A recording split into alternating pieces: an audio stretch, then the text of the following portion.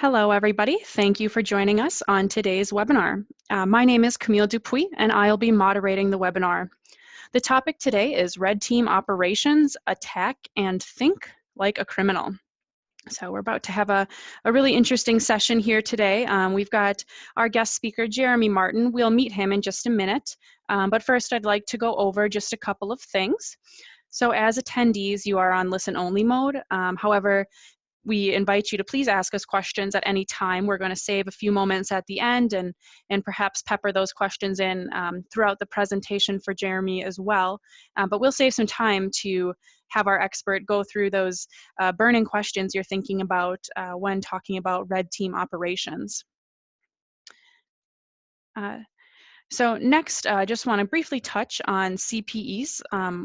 InfoSec Institute webinars are a great way to earn CPEs, and you may qualify by filling out a certificate of completion after the webinar is over. And you'll see the link there on your screen, but you'll also receive that in the follow-up email, and you'll also receive the recording of the presentation today in the email. We also have a link there for some CPE eligibility requirements. So those do vary by certifying body. Each certifying body is a little bit different about what they accept for a CPE. So go ahead, you can check out that link or check with your certifying body to see if you are eligible. Next, we'll go ahead and meet our speaker. So before I turn it over to Jeremy, I just wanted to share a little bit about him. Jeremy is a senior security researcher, and he is an instructor for us here at InfoSec Institute. So as a senior security researcher, he has focused his profession around red team penetration testing, computer forensics, open source intelligence, and cyber warfare. Starting his career in 1995, Mr. Martin has worked with Fortune 200 companies and federal government agencies, also has received a number of awards for his service. Jeremy currently provides training and helps manage the Computer Forensics Lab for the Abu Dhabi Judicial Department in the United Arab Emirates. And outside consulting, he is an instructor, security researcher, published author, and speaks at security conferences around the world. So Jeremy's current research projects include vulnerability analysis, threat profiling, exploitation automation, anti-forensics, open source intelligence gathering, and reverse engineering malware. So definitely, an incredible person to have with us, someone with a lot of knowledge in the space. Jeremy's also a volunteer for local ISSA and ICFEI chapters. He's held positions for the Open Information Systems Security Group and sitting on the board of directors for Denver's InfraGard chapter. So again, just an amazing person to have with us. And on top of that, he also holds over 30 professional certifications. So with that, we'll turn it over to Jeremy now. Thanks for being available to join us and take some time out of your busy schedule. So we'll let you go ahead and turn it over and tell us a little bit about what we're chatting about today. Good morning, this is Jeremy. So basically today, we're going to cover basically what it is to be a red team. So if you haven't had the opportunity to do any sort of vulnerability assessments or pen testing, red team basically just takes it to a little bit more of an extreme. So I personally think it's probably one of the more fun situations in security, because people pay you to pretend to be the bad guy. So you're just doing it legally. So realistically, what a red team is, traditionally, it's going to be a group of subject matter experts, just like on the screen. But you are going to be a subject matter expert, and hopefully a team of different skill sets. So you might have somebody with, say, physical security background, could be programming, could be, of course, network, so very common, wireless, and then just work together to achieve the goal of breaking into the target. So I know with things like social engineering, that definitely does take quite a bit of skill set. Everybody should have a little bit of knowledge and background in it, but there are some people that are just amazing con people. For example, one of the most iconic individuals out there that focused on social engineering specifically, good old Kevin Mitnick. So each person that has a unique skill set on the team is definitely a valued asset. But the biggest thing comes down to trying to pretend to be an adversary. So think of it in this way. Sometimes if you're doing any sort of red team off, it might be just break in any way you can. Otherwise, they might say, we have this specific competitor, they've been attacking us, and we want you to mimic their attack base. Some tools will even automate the process and do things such as like APT.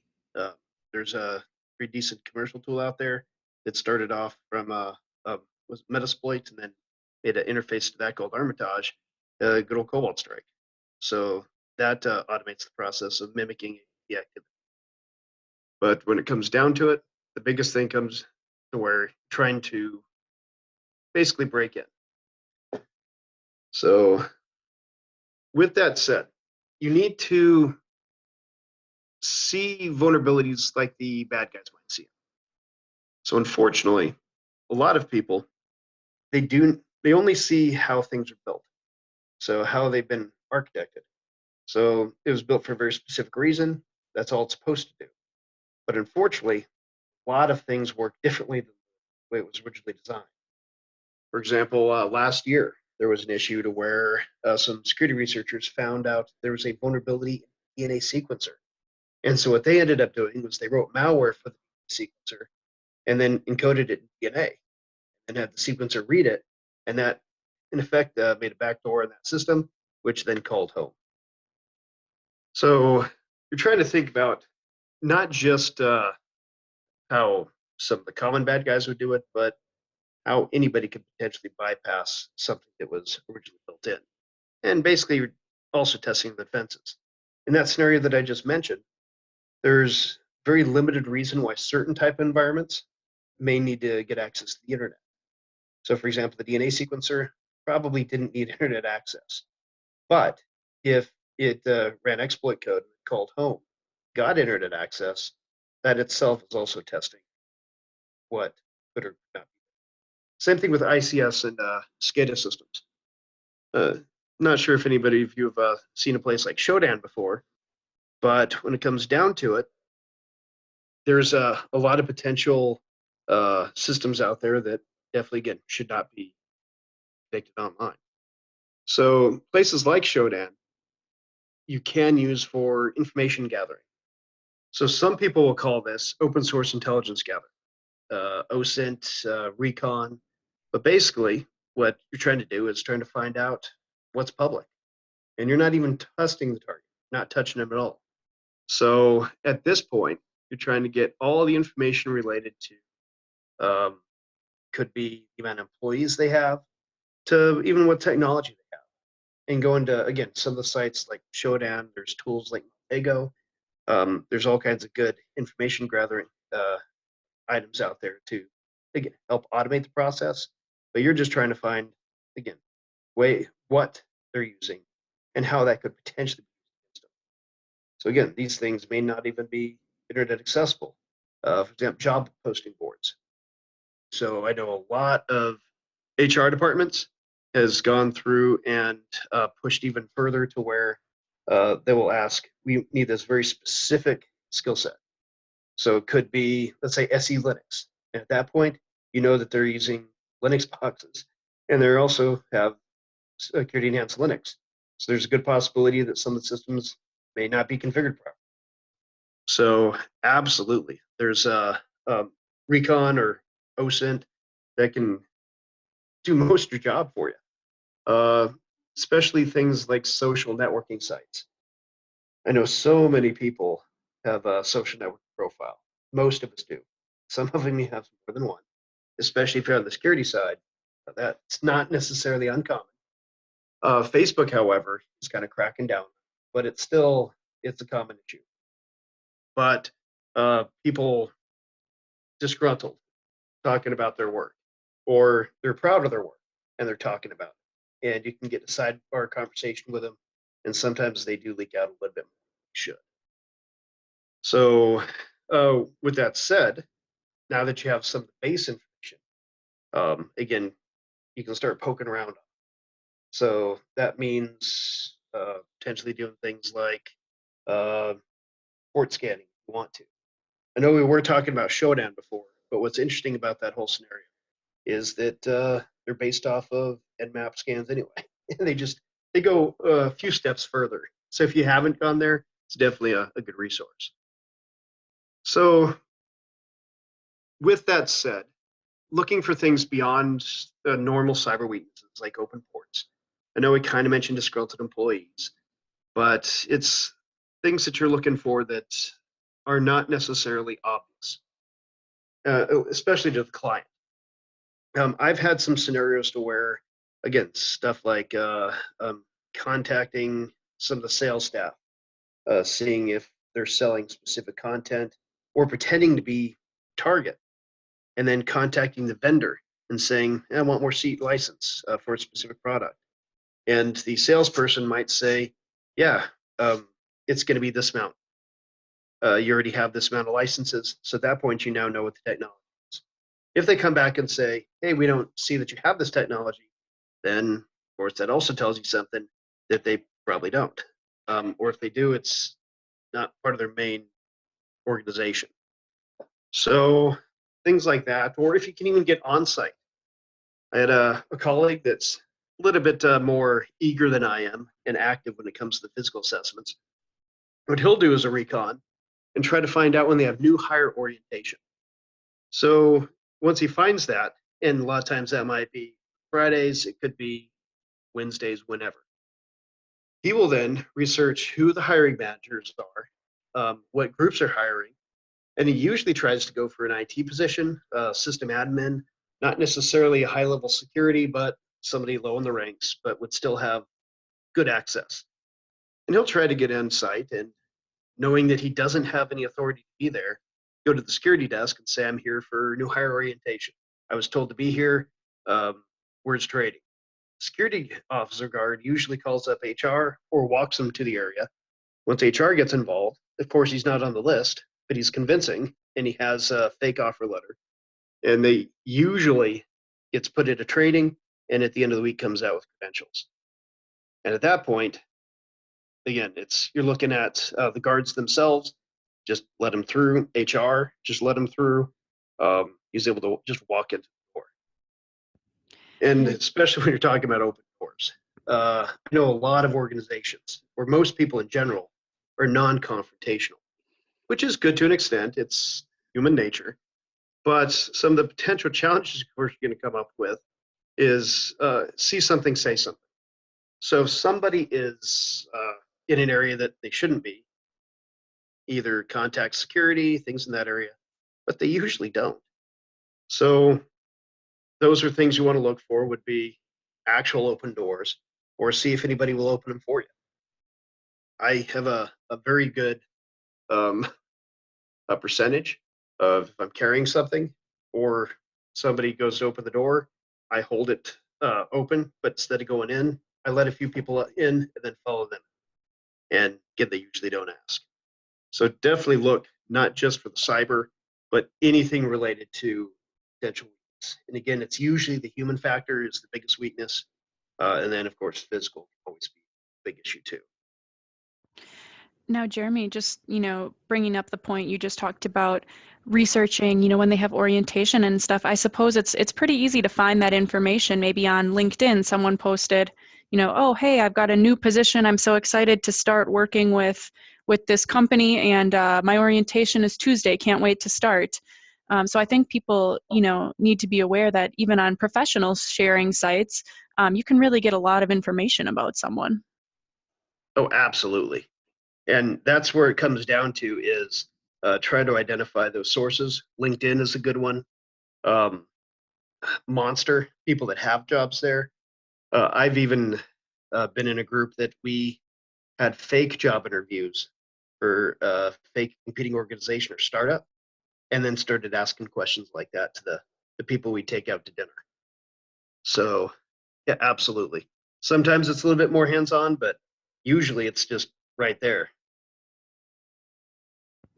Yeah, that's very interesting stuff. And a lot of people, for sure think that it's a harmless post or an excitement type thing. And we all want to build our brand and build awareness of our own self on LinkedIn and look at those professional opportunities. But interesting to think of it how it how it can be really a security concern. So.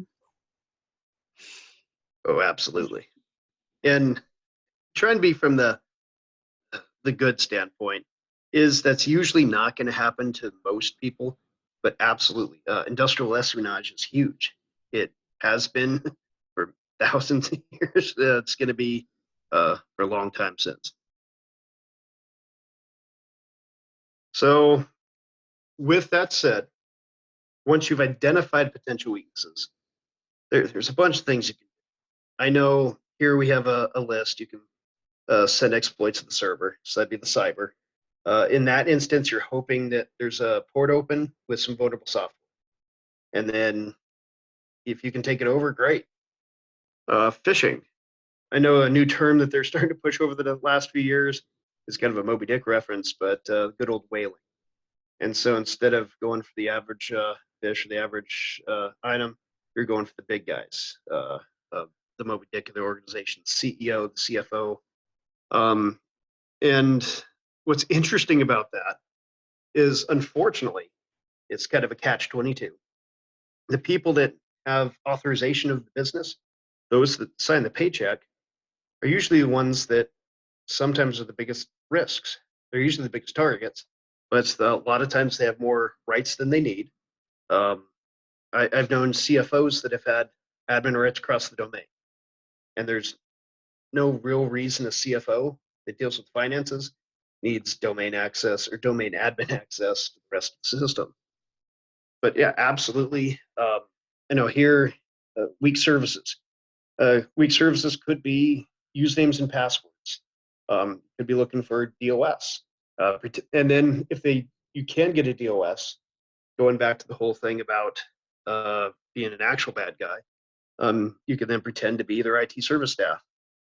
So, and then at that point, you have physical access. And once you have physical access, the joke is the game's over. The only thing that really stops that would be full disk encryption. But when the computer turns on, that's out the window too. So basically, when you identify a vulnerability, you just try to find some way of exploiting it. And if you can't find anything, that's the proverbial joke, is that red teaming is a try harder profession. So just try until you break it. So with that said, there's a lot of APTs out there, the advanced persistent threats. And sometimes that's what you're trying to mimic as a red team, or just try to break in any way you can. But a lot of these things are calling back home. And it's amazing over the years how many services have popped up that allow people to call back home. For example, I know here we're talking about ngrok and Servio. Ngrok is a site basically developed for developers, so they can set up an application on their own home PC behind a firewall, behind NAT, behind all their protections, contact outbound their server, and then be able to share with the rest of the world. Same thing with Servio, but Servio is just doing an SSH reverse tunneling, and you can set up your own on spin up a AWS server. There's all kinds of things you can do there. So at that point, especially when doing stuff like this, you don't necessarily have to worry about firewall and NATs on your side, because for years and years I've been doing pen testing. A lot of times I'd be in a hotel because I'd do the on-site and then I'd be back at the hotel trying to do things. I would definitely not have a static IP address, or if I do, it's usually a cloud service, because I don't want my personal static that I have a couple of being tied with potential attack traffic, blacklisted.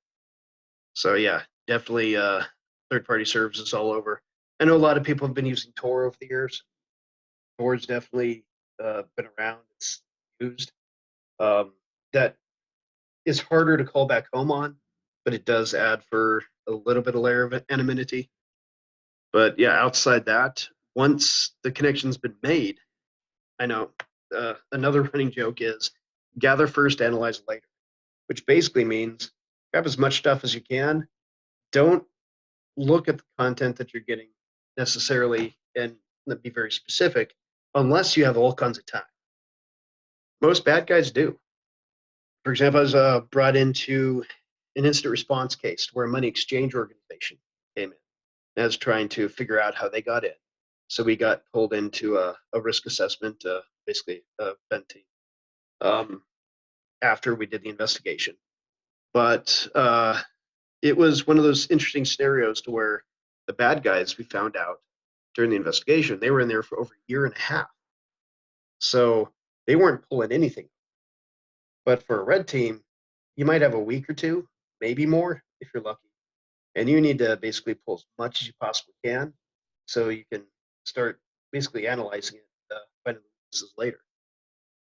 So with that said, when you do find things, you always kind of want to look for, I like to call it a pain point of your customer. So with a pain point, another assessment that I was brought into, basically this airport brought us in. So it was a team of 2 of us, very small team, and they were very cocky. The specific site had about 900 computers, and out of there you had about 80 servers. And within the first day, I was able to guess the servers. All of them were basically the same image of a Windows 2008, and they had the same password. So their golden image, same username, password, then they just changed things afterwards. So the only thing we weren't able to break with the time that we had was the Active Directory, but we had the vast majority of the servers. We had their file server, so we started copying all of their IT data. We copied all their financial data. Given the presentation, what was interesting about it was the CFO is the one that called us in there and brought us into the assessment. He didn't care. What was the cool part, though, I guess it's kind of an interesting part. I was able to find a image of his laptop that the IT did about a week before we were brought in. And I stumbled across it. And I found this after, again, pulled all kinds of data over. And I mounted it in some forensic software and basically found some stuff related to him. And even though that in our report, we were showing that we had pictures of everybody else's passports, we had everything related to their IT, their HR, their finances. He didn't care until at the very end of the presentation, brought up a picture of his wife and kids, his family. At that point, it hit him to where, oh, it affects me personally. This is an issue. So if you're ever able to point out a pain point to the customer, it does give a little bit more, not only is it flashy and good for a show, but it definitely gets a little bit more emotion out of the customer or the client. So with that said, I know here there's always 2 sides to every story, everything in that area. So once it's in a system, it's always a good idea not to just stay on that one system. So I know here they're talking about pivoting. There's another term called island hopping, still a military term, which is basically what red team is anyway. But once you hit a system, there's probably all kinds of issues within the network. So that's where a lot of problems happen, is you're not able to necessarily compromise the server from the outside due to good firewall rules, or they have a low footprint or overhead, whatever. But once you get in, then spread to other systems. And then once you do, try to blend in with the rest of the traffic. So if you're creating users, I do 2 things. I do create users that look like other users. And then I also create users that are obvious, but I usually do that towards the end. And the reason I do both is, again, testing security and also proving a point that we were not only able to get in, but they should have seen it. But yeah, as far as whenever you're inside, look like normal traffic, you're trying to pretend to be a bad guy. So they're probably not going to catch you if you're able to get in to begin with. If they do, that's great. That's a huge good finding for the client, is that they were looking, they saw it, you can go on from there.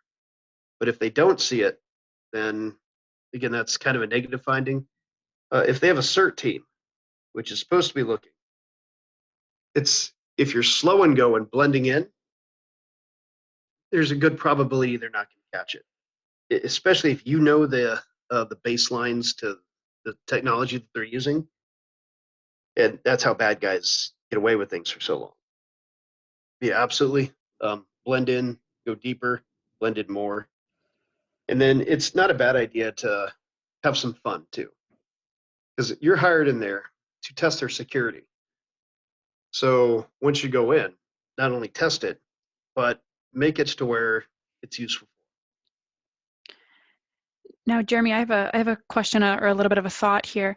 What is the longest, just out of curiosity, what is the longest that you've ever heard of someone being undetected in a system or in a network?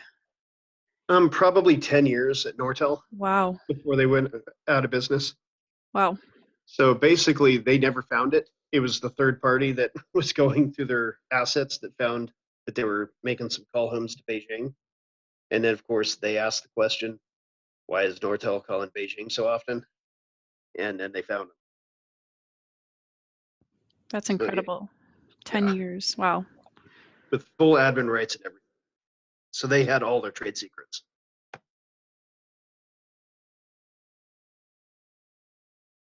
Okay. So not being the bad guy, because you're hired in to test their security.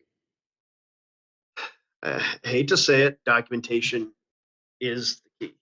So you need to document everything for a few reasons. You're trying to help the customer.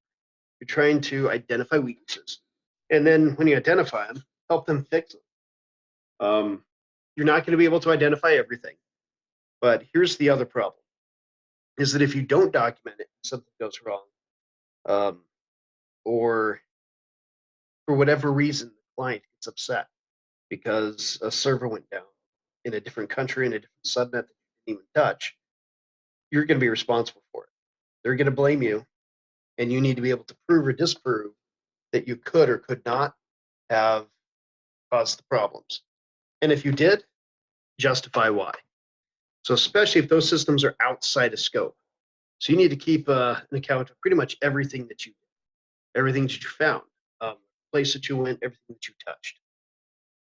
If, for example, you're on one network, you're scanning it, and a system on an entirely different network, even a different country, goes down, it's associated to that company. If you did do it, but you didn't touch their IP address or their system, that is showing in itself another vulnerability. And that's something that the client needs to take care of. So absolutely, documentation is huge because that basically minimizes liability and increases value. So a couple other things I did want to mention in this scope too is scope. Always stay within scope. So going back to the documentation, that helps you prove that you stay within scope. If you go outside and beyond the scope, that does bring you some legal liabilities. So again, if you do take down a server and you attack something that was not within the contract, that is a potential loss on your part.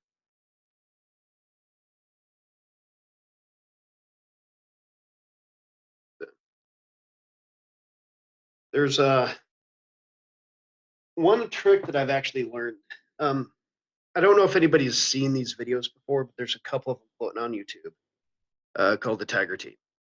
And that's basically a red team or pen test group that has been around for a while. And they actually got a TV show for 2 episodes. But they highlighted something that was very useful and everybody should be doing. But they found vulnerability. They found their ways in on both of those episodes. And at the very end, they were actually saying, you had great security, but this is how we can help you secure even more. Every once in a while, that may backfire.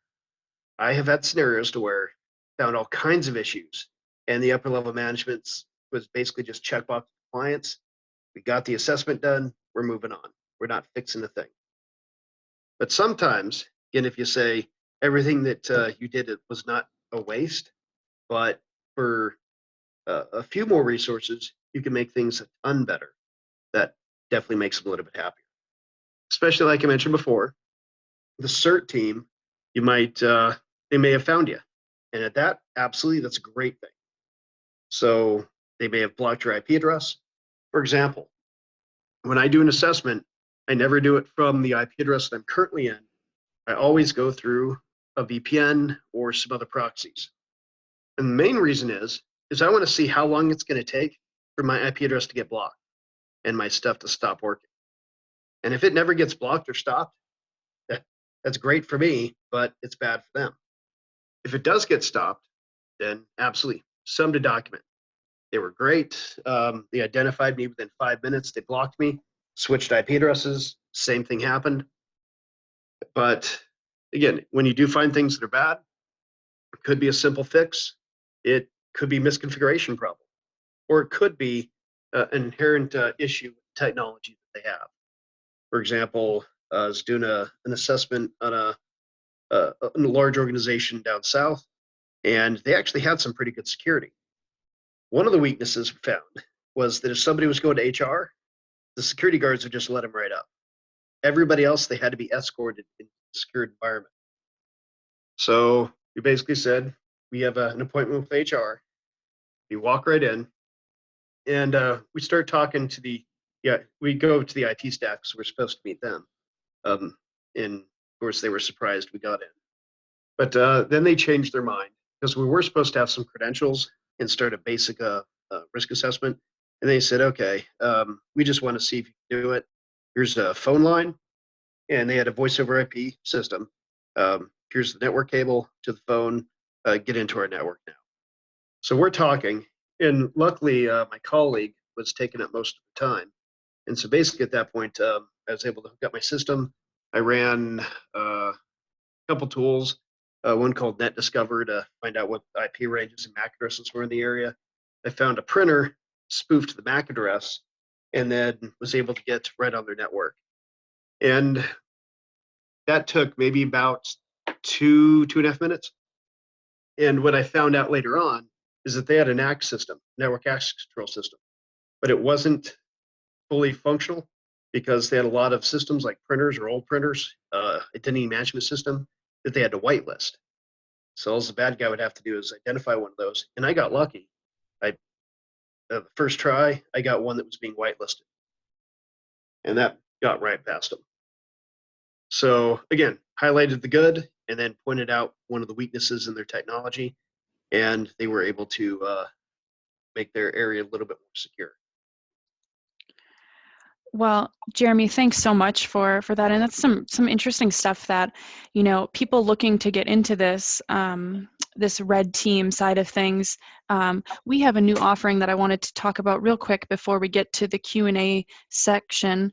So please continue to ask questions. We've gotten a few through the Q&A and a few through chat as well, but we're saving a couple minutes here. So while we let some more questions stream in and while we look through those, just wanted to get you a little overview on our new Red Team Operations course. So InfoSec Institute recently released 2 new courses around offensive and defensive security job roles.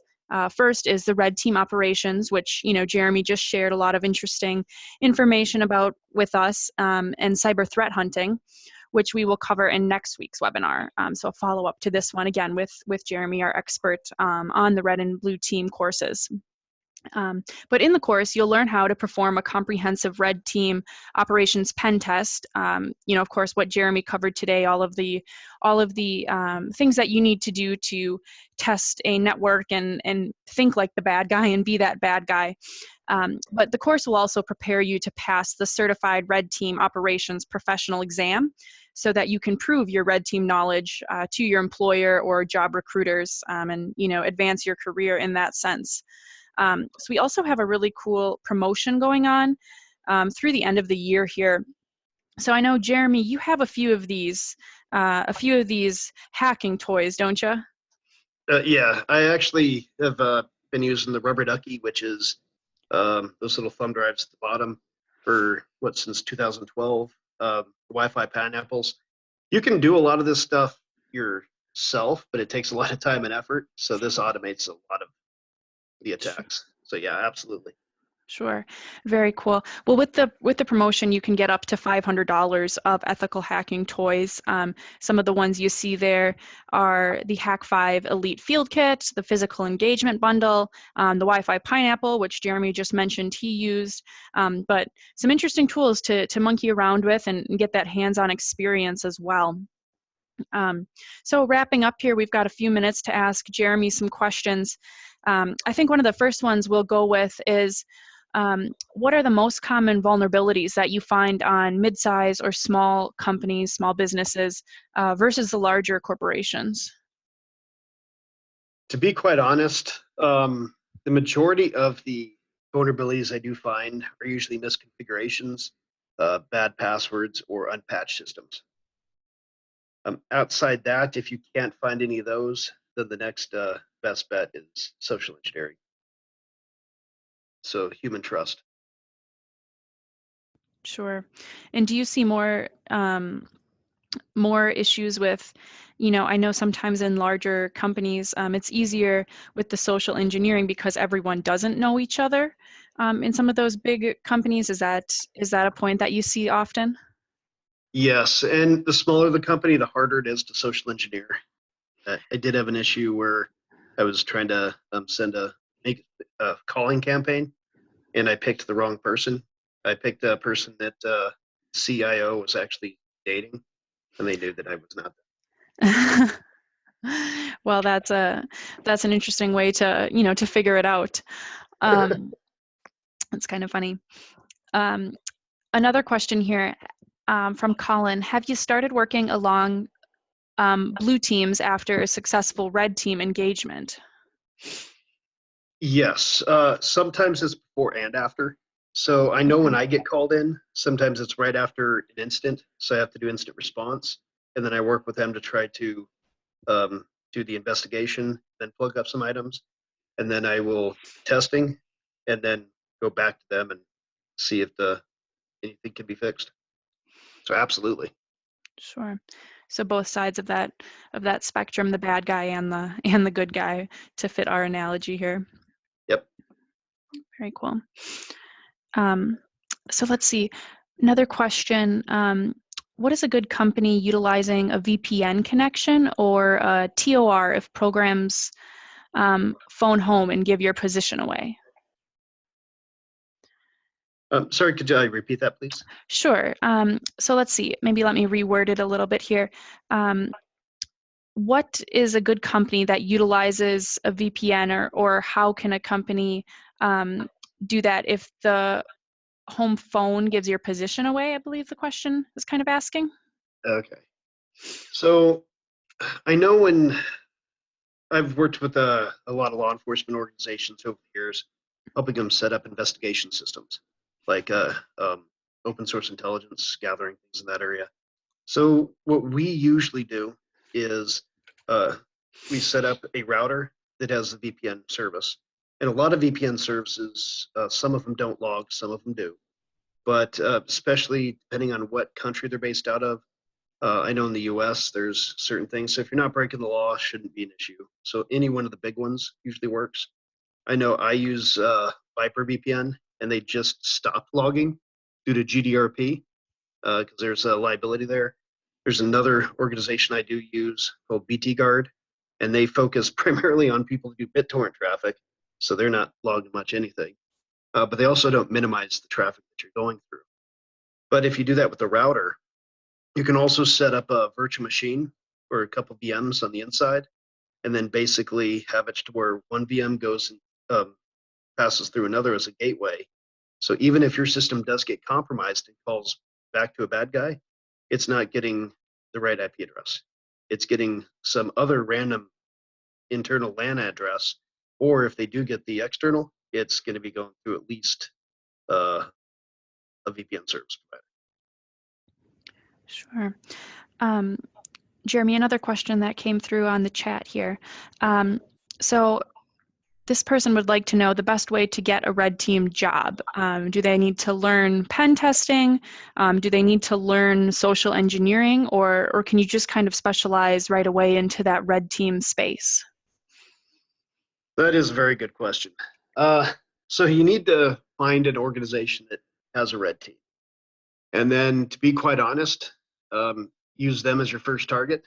Try to identify the weaknesses that they're trying to overcome, and then focus on those. I do know pen testing is a huge start for it. Social engineering is a huge start for it. So it depends on what their needs are, and absolutely focus on learning what their needs are. With that said, it is a good idea to know a little bit more than just one specialization.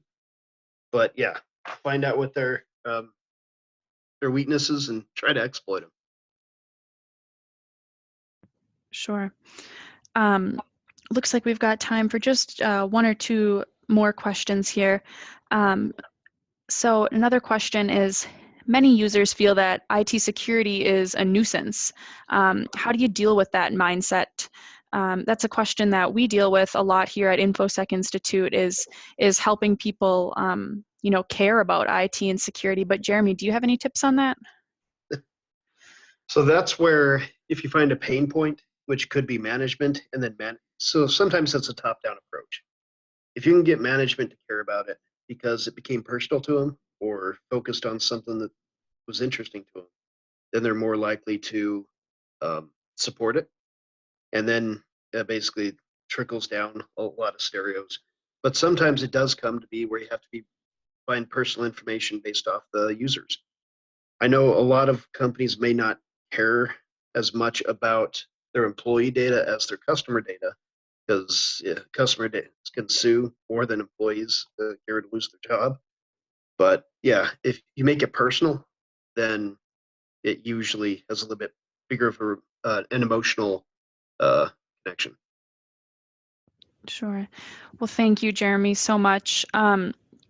It looks like we're about to run out of time here. So last question that we'll go for came through on the chat, and it says, I have an IT career, but I don't have offensive experience. How do I transition? Well, there's a couple ways you can do that. You can find a security team that does risk assessment, and then you can go that route. Another route would be quite honest, build your own lab. You can build your own lab with virtualization server, for example, the VMware, VirtualBox, KVM, or libvirt on Linux, and then just start attacking those systems, try to get it consistent. And that's from the cyber side, at least. Read as much as you can, study up, and then basically try to build a value for the organization. I know some people are able to talk their management into building certain capabilities within an organization, but if you're trying to get within another organization, yeah, absolutely, it's IT definitely helps, but trying to get some of the other knowledge is invaluable, and labs are great. Sure.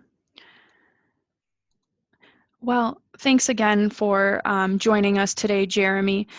Just a lot of great information, and can really help those people that are interested in the red team side of things, begin to get involved in this. And thank you to the audience for joining us today and asking some really interesting questions. I apologize that we didn't get to all of those, but the ones we didn't get to, we'll have someone follow up with you. You can watch for this recording later of this presentation in your email. And also, we'd invite you to join us again next week, same time, for cyber threat hunting, identify and hunt down intruders. So in that presentation, Jeremy will kind of go from the other side of the spectrum with us, and go more of that blue team route with us.